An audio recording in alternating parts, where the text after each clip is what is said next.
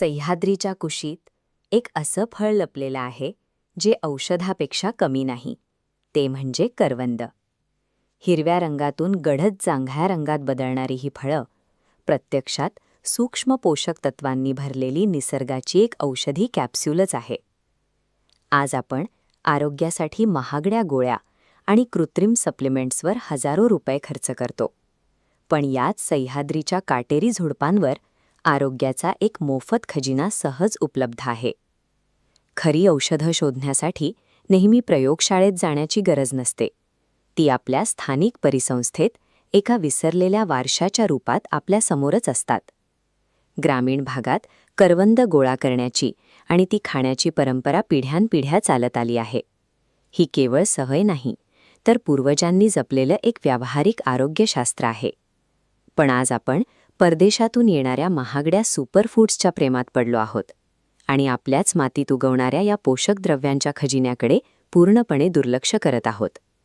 स्थानिक फळांचा त्याग केल्यामुळे आपण आपल्या शरीराला एका विशिष्ट पौष्टिक रचनेपासून तोडत आहोत, ज्याची भरपाई कोणतंही आयात केलेलं फळ करू शकत नाही. ही आकृती करवंदाची रासायनिक रचना दर्शवते. सूक्ष्म स्तरावर पाहिलं तर यात व्हिटॅमिन सी, लोह आणि फायबर हे 3 मुख्य घटक एका जाळ्यात गुंफलेले दिसतात.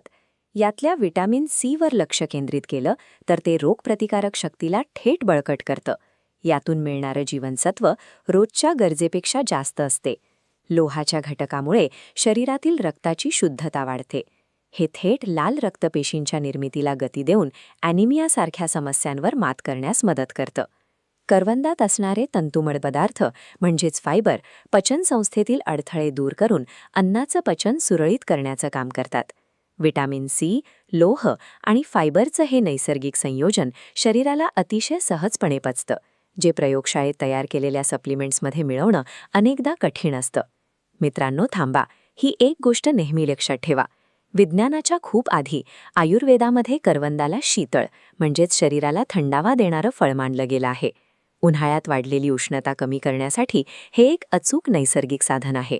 शरीरातील वात, पित्त आणि कफ हे दोष संतुलित ठेवण्यासाठी करवंद प्रभावी ठरतं. हे दोष नियंत्रणात राहिले तर शरीर नैसर्गिकरित्या आजारांना प्रतिकार करू शकतं.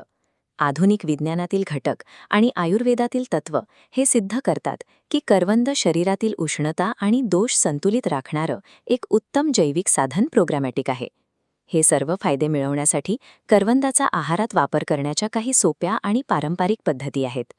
तुम्ही हे फळ कच्चे खाऊ शकता, उन्हाळ्यात थंडावा मिळवण्यासाठी याचे ताजे सरबत बनवू शकता किंवा त्याचे औषधी गुण टिकवून ठेवण्यासाठी त्याचे लोणचे देखील खेळू शकता. मात्र हे फळ प्रभावी असल्यामुळे त्याचे सेवन एका निश्चित मर्यादेतच होणे आवश्यक आहे. या आकृतीमध्ये पाहिल्याप्रमाणे प्रमाणाबाहेर सेवन केल्यास शरीरातील आम्लता वाढून तीव्र ॲसिडिटीचा त्रास होऊ शकतो. निसर्गाच्या कोणत्याही उपचाराची ताकद ही त्याच्या संयमित आणि योग्य डोसमध्येच असते, अतिवापरात नाही. शहरांमधील आधुनिक सुविधांच्या पलीकडे ही ग्रामीण ठिकाणं आणि इथली झाडं आपल्यासाठी सर्वात मोठे जिवंत दवाखाने आहेत.